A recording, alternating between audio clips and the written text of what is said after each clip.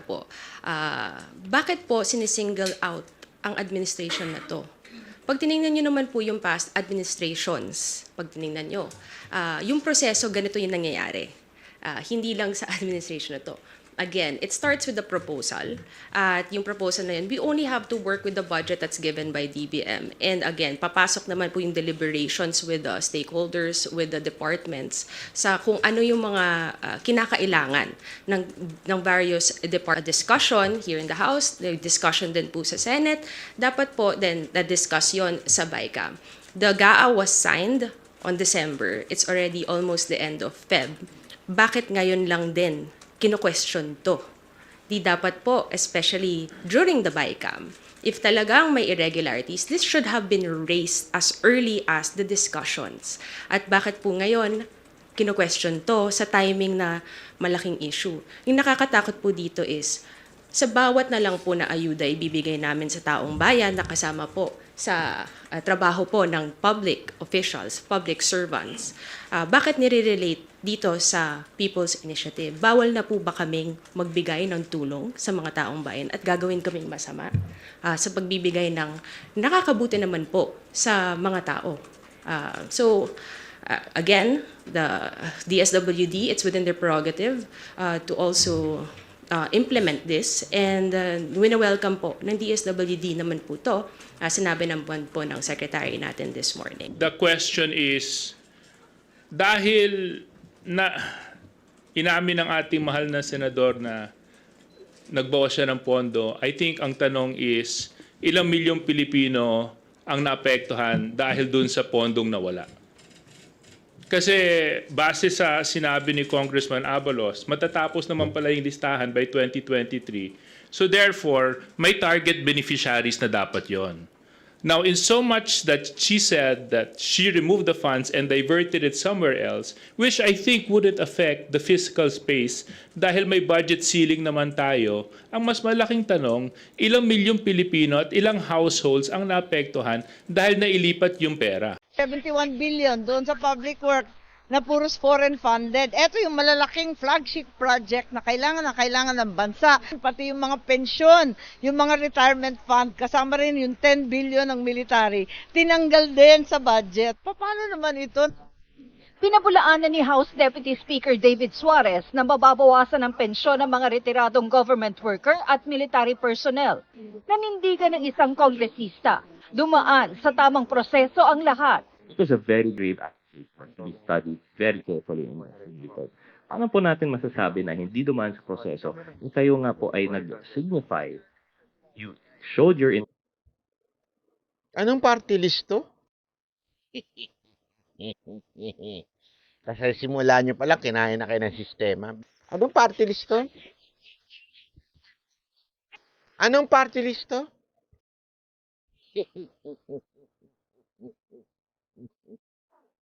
Di ba? Representante kayo ng mga riders.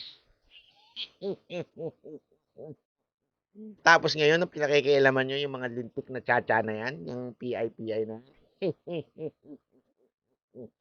Kuya, magkano MOOE mo, ha? Ang aga nyo na kurap, ha? Hindi, I mean, hindi ko sinabing pera, ha? Kurap ng utak. Kurap ng prinsipyo. Hindi ko sinasabing pera, ha? Kurap ng utak. Kasi ganun yun eh, corrupted minds. Yun, ang aga nyo na bulok.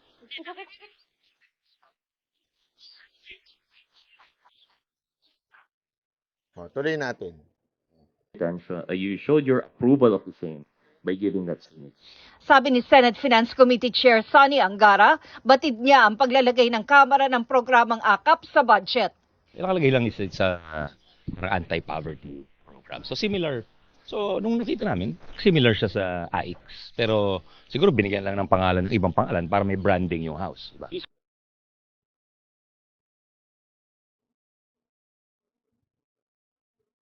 Hindi. Ba ako siya dinig ko? Kinonfirm niya na alam niya. Tama ba ako? Ewan ko, ha? Kasi ang problema kasi yung tanong hindi kumpleto eh, bago yung sagot eh. At Finance Committee Chair Sonny Angara, batid niya ang paglalagay ng Kamara ng programang AKAP sa budget. Batid niya. Ibig sabihin, alam niya na may akap.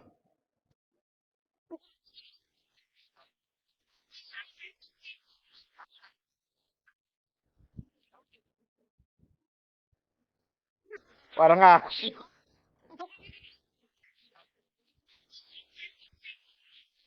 batid niya yung akap.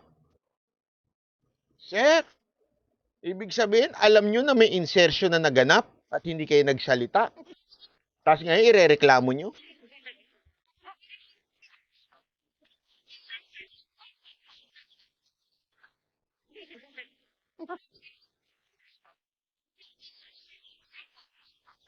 Alam mo, medyo malaking problema ito. Ibig sabihin, kasi siya ang siya ang finance. Ibig sabihin, siya yung, pagka BICAM, may representante ang Kamara at may representante ang Senado. Siya yun, kasi siya ang finance. Okay? So don't tell me, Senator Angara, hindi mo pinaliwanag kay Senator Amy yan? Are you telling me, ikaw lang ang nakakaalam, hindi mo sinabi kay Amy at kay Bato at nagulat sila? Ganon? Abay, kayo pala dapat na magkaroon ng GC. Sinisi nyo pa ang kamera.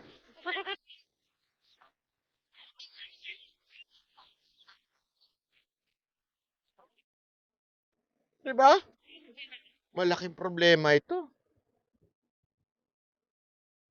Malaking problema ito. Yari sila. Hindi, alam mo, laglag si Amy dito. Ibig sabihin, hindi sila nag-usap. Kasi ang nangyari niyan, bilang senador, responsibilidad, bilang ikaw yung in charge ng finance, responsibilidad mo na ipaalam yun sa mga kasamahan mo. Kasi ikaw nga representante nila doon sa BICAM eh. Hindi alam ng mga kasamahan mo. So, sino may kasalanan? Kasi ngayon, justifiable yung sinasabi ng Kamara. Hindi. Alam niya yun eh. Sabi niya, alam niya. Batid niya. Naku po, patay tayo dyan. Nakalagay lang isa sa anti-poverty program. So similar. So nung nakita namin, parang similar siya sa Kita nila.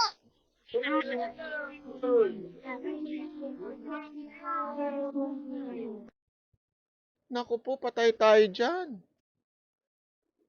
Patay tayo dyan. Ibig sabihin, nakita ninyo. Kaya ano ito pag-iingay ni Amy? Naku po, malupit. Diba?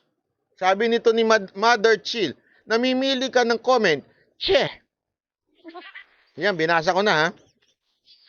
Gusto mo basahin ko isa-isa yan? Hindi, wala nangyari sa atin. Wala na tayo na-discuss. Gusto mo ikaw talaga piliin? Ikaw? Ikaw ang appointed mother?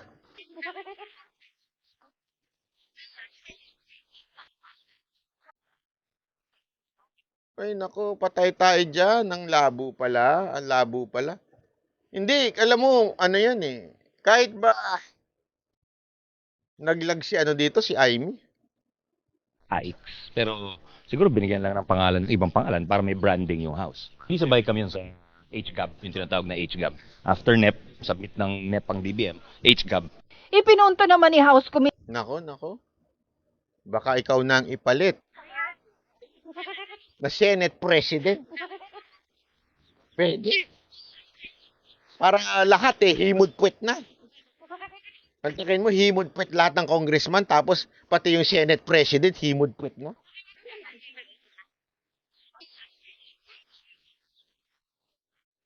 Na alam mo, sabi nito isa, it's obvious alam ni Senator Amy, nagkaloko-loko na. Alam pala niya talaga, di ba? Alam pala niya talaga. Unless sinungaling si Angara, naku po, patay tayo dyan. Appropriations Vice Chair Raul Angelo Bongalon ang Ito, matindi pa tong binitawan na to. pagpapatanggalan niya ni Senadora Marcos ng 13 bilyong piso mula sa budget ng 4Ps, kaya napagkaita ng ayuda ang maraming nangangailangan.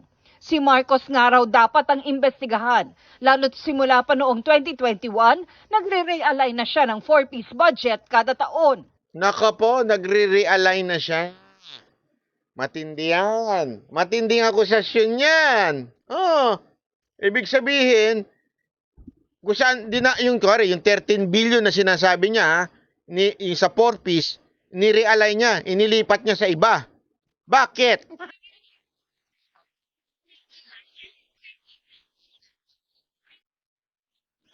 Tandaan ninyo, paano ba ano ba ang diyan? Ano ba ang system diyan sa realignment na 'yan? Minsan kasi yung mga ibang senador hindi kasundo yung secretary. Okay? So i-realign mo ngayon yung budget doon sa kasundo mong secretary para alam mo na, pag ikaw na humingi ng o ikaw na yung mamili ng project na gugustuhin mo, papayag na ngayon kasi napunta na yung budget doon sa kaibigan mo.